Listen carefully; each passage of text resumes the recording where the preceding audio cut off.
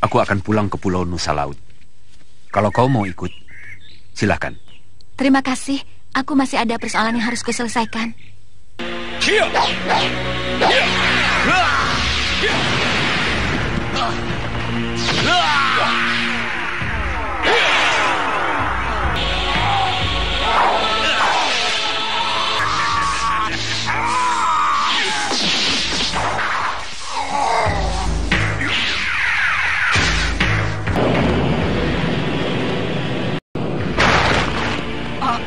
Momong Murka.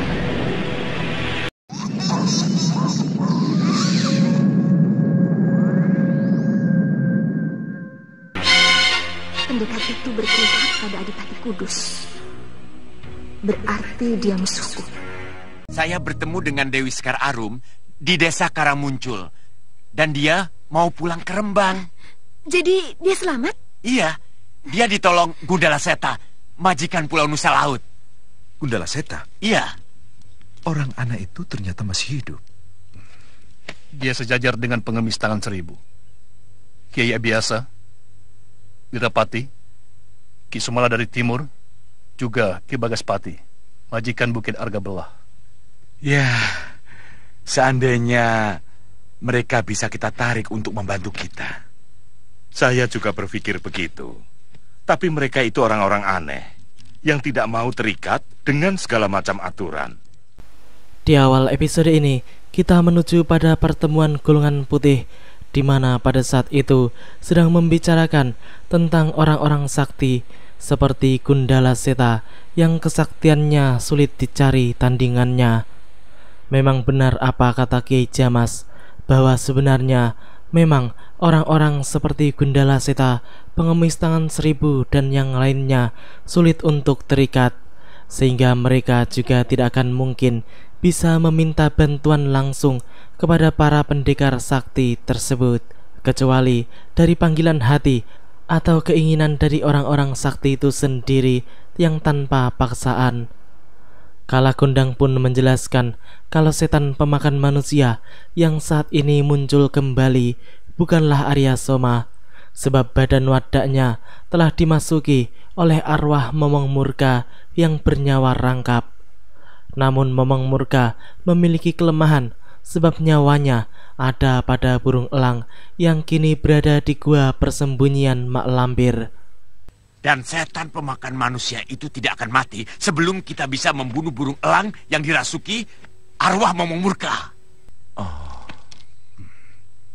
Jadi kita harus membunuh burung itu dulu sebelum kita membunuh setan pemakan manusia. Betul itu. Burung elang itu tidak segagah setan pemakan manusia, Kiai. Jadi burung itu sangat mudah untuk dibunuh. Kalau mudah, kenapa Paman tidak membunuhnya? Soal bunuh-membunuh itu urusan Paman. Burung itu dijaga siang malam oleh si Lampir. Aku sedang memikirkan bagaimana membunuh burung itu. Kita bagi tugas. Kala Gondang bertugas untuk memberitahu kapan Mak Lampir dan Momong Murka meninggalkan sarangnya. Siap, Kiai. Saya mohon kesediaan Kiai bertiga untuk menghadapi Mak Lampir dan Momong Murka. Iya. Sedangkan saya dan Ayu Wulandari bertugas membunuh burung gagak yang menjadi kembaran nyawa Momong Murka. Kiai Jabat pun mempertanyakan siapa yang akan menghadapi Ki Wanakerta, Wiratsangka dan pasukannya. Kiai Jamas pun menjawab bahwa mereka bisa meminta bantuan kepada Nyi Parwati, Gendor, dan kawan-kawan mereka yang lainnya. Semuanya berharap bahwa kawan-kawan mereka itu mau membantu demi musnahnya Momong Murka, sang perusak. Kini kita menuju pada Nyai Parwati dan pengemis tangan 1000 yang di saat itu sedang menuju ke makam Arya Soma, dan mereka sangat terkejut setelah melihatnya.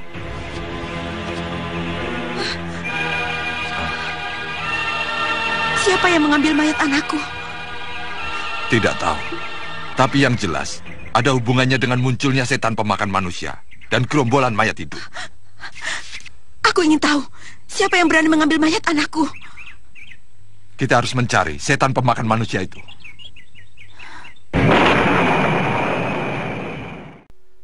Di malam itu, tampak mak lampir yang sedang bersemadi di dalam gua. Siang malam, ia menjaga burung elang yang dihuni oleh arwah atau nyawa Momong Murka. Mayat Arya Soma yang dirasuki Momong Murka pun kemudian bangkit karena malam telah tiba. Sementara itu, burung elang tersebut terlihat gelisah sambil berteriak-teriak mengeluarkan suaranya yang parau. Tampaknya ia sudah merasakan kalau akan terjadi sesuatu kepada dirinya. Si lampir itu pun kemudian berpamitan kepadanya sambil mengatakan bahwa sebelum tengah malam nanti ia sudah kembali. Seperti biasa, mak lampir pun kemudian kembali memanggil arwah-arwah gentayangan untuk membangkitkan mayat-mayat yang telah dikubur. Para penduduk desa pun sudah mulai merasakan tentang hawa yang tidak seperti biasanya. Banyak bayi-bayi yang menangis karena merasakan hawa-hawa setan yang berkeliaran. Apalagi ketika itu bertepatan dengan malam Jumat Kliwon. Para penduduk yang meronda di malam tersebut pun langsung heboh karena mereka tiba-tiba melihat setan yang berkeliaran. Mereka pun kemudian memberitahukan para penduduk yang lainnya. Lalu mereka semua bersama-sama mengejar setan-setan tersebut. Namun pasukan mayat hidup yang mereka kejar itu tidak bisa menembus salah satu rumah yang di dalamnya terdapat sepasang suami istri yang sedang beribadah.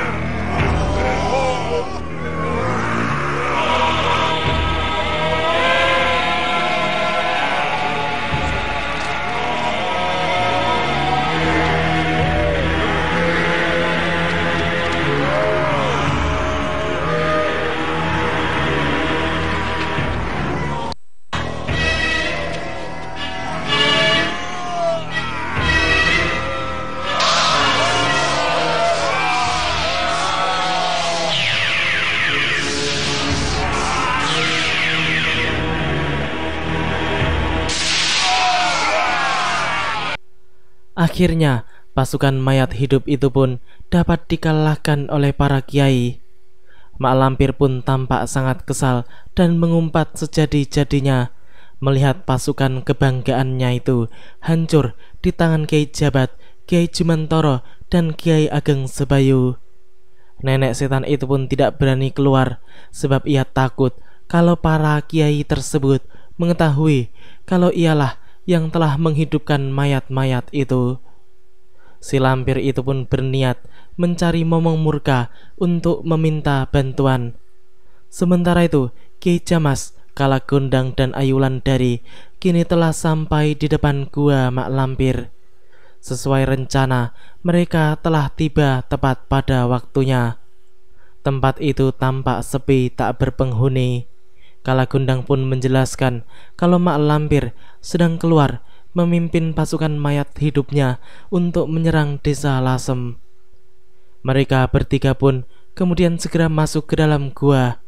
Ayu Wulandari yang tampak mengkhawatirkan desa Lasem pun langsung diberitahu oleh Kalagondang kalau di sana sudah ada Ki Ageng Jumantoro, Ki Jabat dan Ki Ageng Sebayu yang pastinya mampu memusnahkan pasukan mayat hidup andalan Mak Lampir tersebut. Kini kita menuju pada Momong Murka yang di saat itu sedang mengacau di tempat lain, sebab ia ditugaskan oleh si Lampir mengacau di tempat yang berbeda. Namun kini Mak Lampir pun menyusulnya.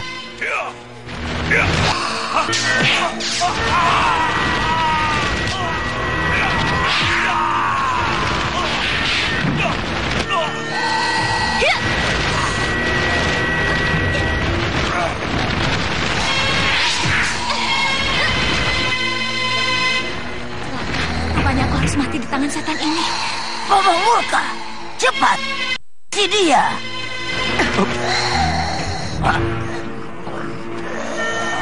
Kenapa Nyi Parwati datang bersama si pengemis itu? Coba kau perhatikan baik-baik. Makhluk itu bukan lagi Arya Soma anakmu. Aku akan menghadapi dia. Hati-hati. Lebih baik kau keluar dari badan wadak anakku. Bagus Momong Murka. Hajar terus perempuan itu agar dia tidak bisa bangun lagi.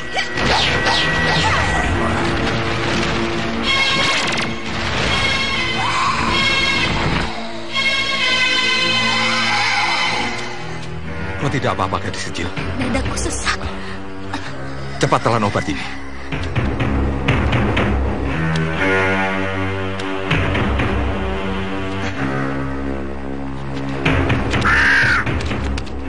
Itu burungnya. Ya, akhirnya Kiai Jamas, Kalagondang dan Ayu Wulandari telah menemukan burung elang yang menjadi kelemahan Momong Murka. Raja Jin Merah itu pun menjelaskan kalau di dalam burung tersebutlah nyawa Momong Murka bersemayam, dan selama burung itu belum mati, maka Arya Soma yang dirasuki oleh Momong Murka itu tidak akan bisa dibunuh. Oleh karena itu, mereka kini harus bisa membunuh burung elang tersebut. Ayu Wulandari pun kemudian menuruni tangga dan mencoba untuk mendekati burung tersebut. Setelah mendekat, gadis itu pun segera mencabut pedang pusakanya, lalu segera menghabisi burung elang itu. Namun sesuatu di luar dugaan pun terjadi.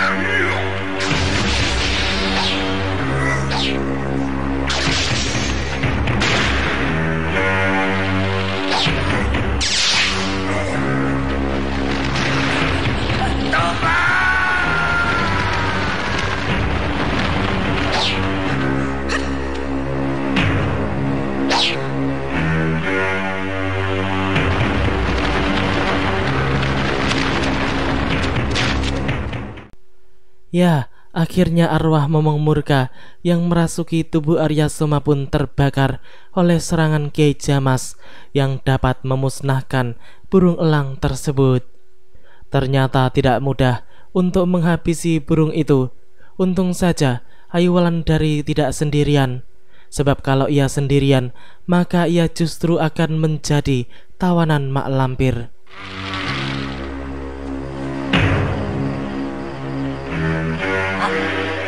Kenapa Momong Murka tidak bergerak?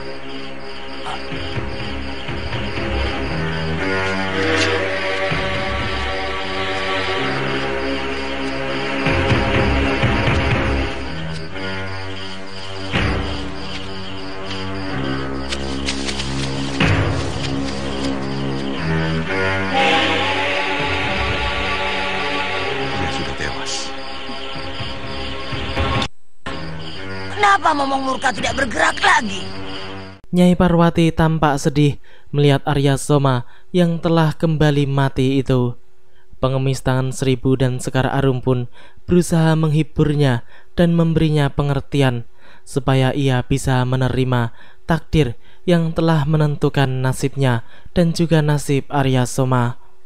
Akan tetapi yang mengesalkan adalah Mak Lampir kembali memanggil arwah setan yang lain untuk masuk ke dalam jasad mayat Arya Soma, sehingga kini setan pemakan manusia itu pun bisa bangkit kembali.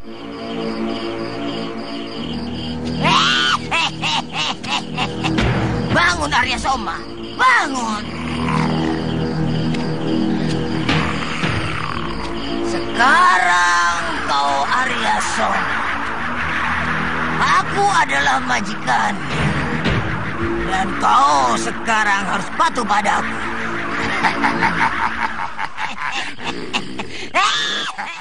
Dengan begitu mudahnya, Mak Lampir kembali membangkitkan mayat Arya Soma. Bahkan kini, sepertinya Arya Soma itu akan lebih sakti dari Momong Murka.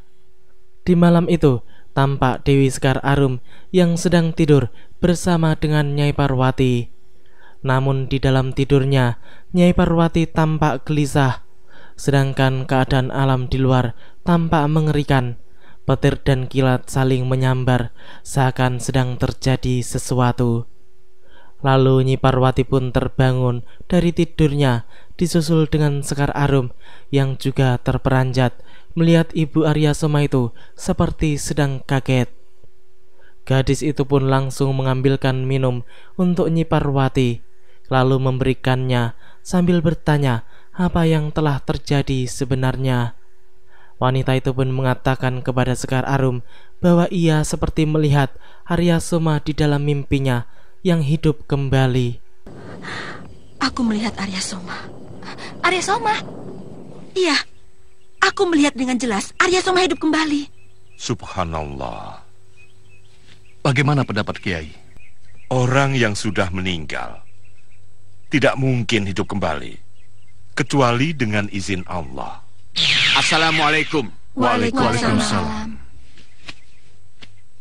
Ada apa Kalagondang? Ketiwasan Kiai. Ternyata Arya Soma hidup kembali. Hah? Apa kau tidak salah mengenali orang? Tidak Kiai. Saya yakin pada penglihatan saya. Waktu itu saya dalam perjalanan.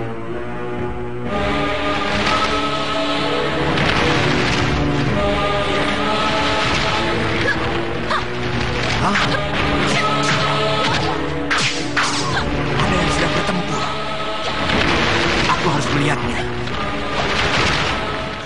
Kalagondang pun menceritakan bahwa ketika itu ia melihat Arya Soma alias setan pemakan manusia sedang bertarung dengan seorang wanita berilmu cukup tinggi. Ia pun mengintainya dari balik bukit dan melihat dengan jelas pertarungan sengit tersebut. Raja Jin Merah itu pun dibuat terkejut karena melihat mayat hidup Arya Soma yang kelihatan semakin ganas dan hebat saja. Banowati yang menghadapinya semakin lama menjadi semakin kewalahan karena setan itu memang tidak memiliki rasa sakit dan ia selalu bisa bangkit kembali jika telah diajar oleh Banowati. Kalagondang yang melihat pertarungan yang tidak berimbang itu pun kemudian mengatakan bahwa ia harus membantu gadis tersebut sebab kalau tidak gadis itu bisa celaka. Aku harus bantu anak itu.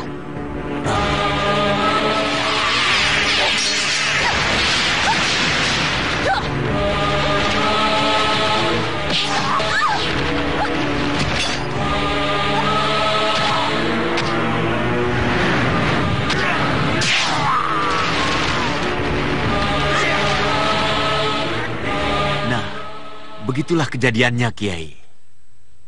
Siapa gadis yang kau tolong itu? Banowati, Kiai. Dari Bukit Argabelah. Bukit Argabelah? Iya. Jangan-jangan gadis itu putri Kinasih Ki Bagaspati. Kalau anak gadisnya sampai celaka, dunia pendekar akan diguncang oleh amuk orang sakti itu. Paman Kalagondang, kenapa tidak dibawa ke sini? Justru saya mengajaknya, tapi Nyai Banowati menolak. Sebab dia sedang mencari suaminya Wiratsangka. Aku jadi penasaran. Aku akan mencari Arya Soma. Apa dia Arya Soma anakku atau bukan? Kiai Jamas dan Kiai Jumantoro yang di saat itu tengah berdua pun kemudian menduga bahwa bangkitnya Arya Soma adalah karena ulah Mak Lampir. Kedua kiai itu pun yakin kalau memang Mak Lampirlah dalang dibalik hidupnya kembali Arya Soma. Kiai Jamas mengatakan bahwa dahulu ketika Arya Soma tewas di tangan Topeng Hitam, Mak Lampir memasukkan siluman ke dalam tubuh Arya Soma.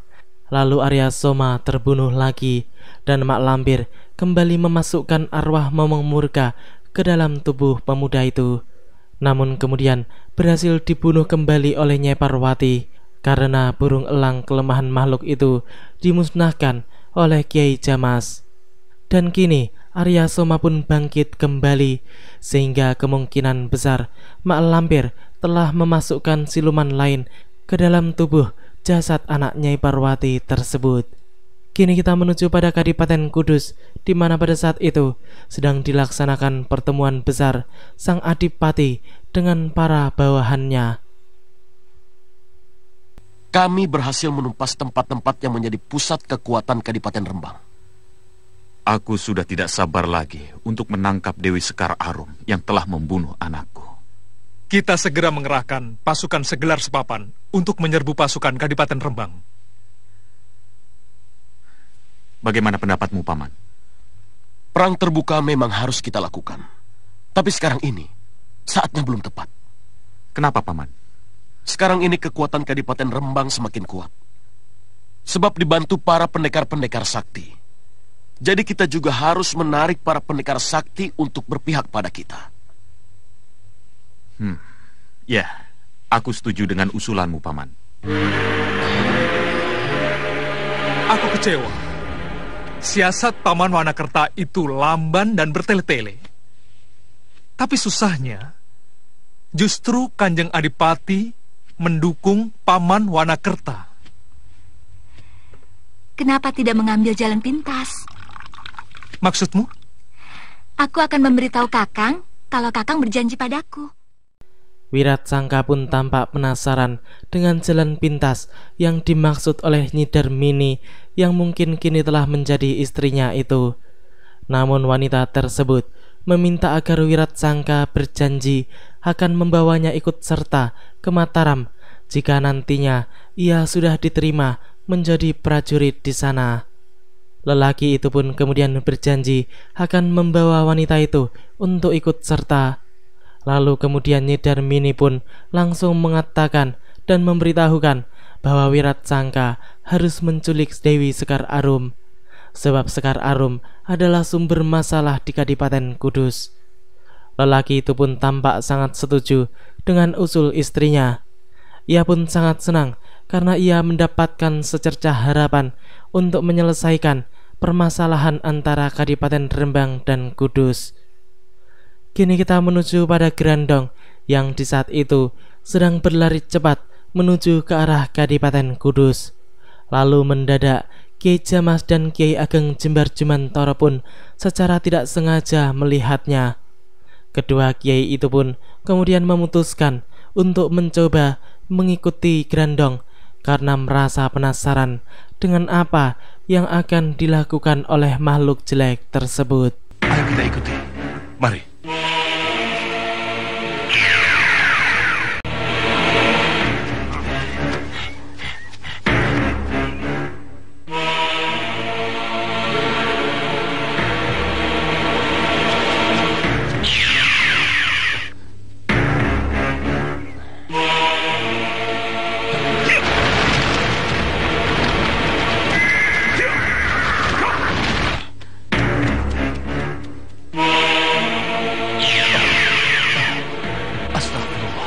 Ternyata Ki Wanakerta jelmaan dari si Grandong.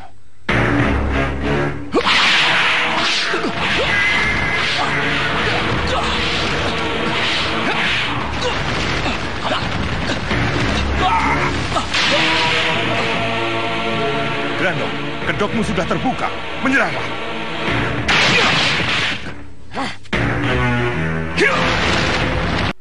Dasar licik, setan jelek itu pun kembali kabur karena merasa tidak akan sanggup mengalahkan para kiai tersebut.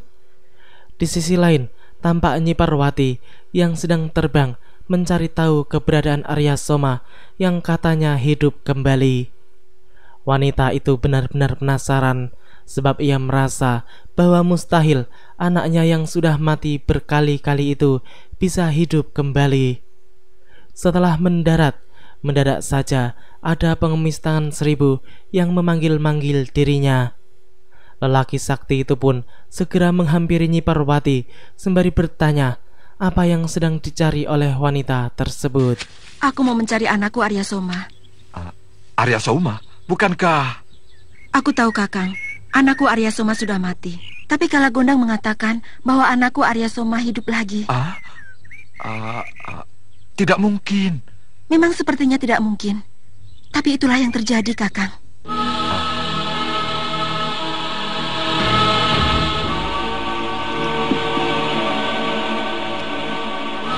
Maaf Pak, ini sudah dipesan. Silakan pindah. Mari silakan.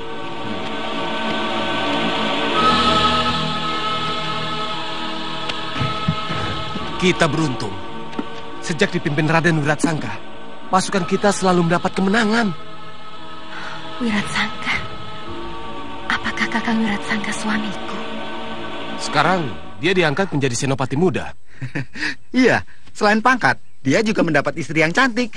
Betul, istrinya itu bekas penari ledek dari Karansinom. Kenapa dadaku jadi berdebar? Kenapa hatiku jadi panas? Tapi, apa ia suamiku? Ketika itu, di sebuah warung makan, tampak para prajurit Kadipaten Kudus yang sedang makan sambil membicarakan tentang senopati baru mereka, yaitu Wiratsangka yang sangat hebat. Mereka pun mengatakan bahwa kini senopati Wiratsangka sedang mencari Dewi Sekar Arum untuk ditangkap karena telah membunuh Raden Sutejo, putra Adipati Kadipaten Kudus. Dewi Sekar Arum dianggap sebagai dalang dari permusuhan yang terjadi antara dua kadipaten yang saling berdekatan itu. Salah seorang prajurit tersebut pun mengatakan bahwa jika tertangkap, maka Dewi Sekar Arum akan segera diadili di Kadipaten Kudus. Raden Wiratsangka mau menangkap gadis itu untuk diadili di Kudus. Kau tahu dari siapa? Dari Nyi Darmini, istri Raden Wiratsangka.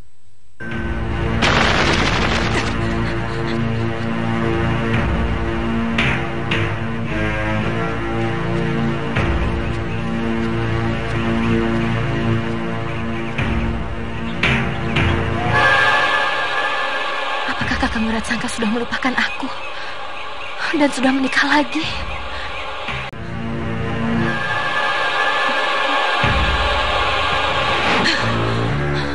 Aku benar-benar penasaran.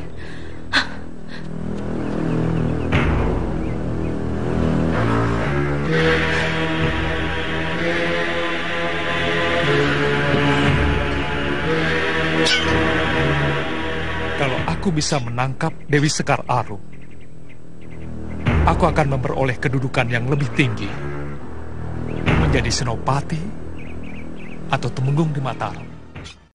Demikianlah alur cerita di episode kali ini. Nantikan kelanjutan kisahnya di episode yang akan datang. Terima kasih bagi teman-teman semua yang udah menonton. Jangan lupa like, comment, subscribe, dan share, dan juga nyalain notifnya. Wassalamualaikum warahmatullahi wabarakatuh.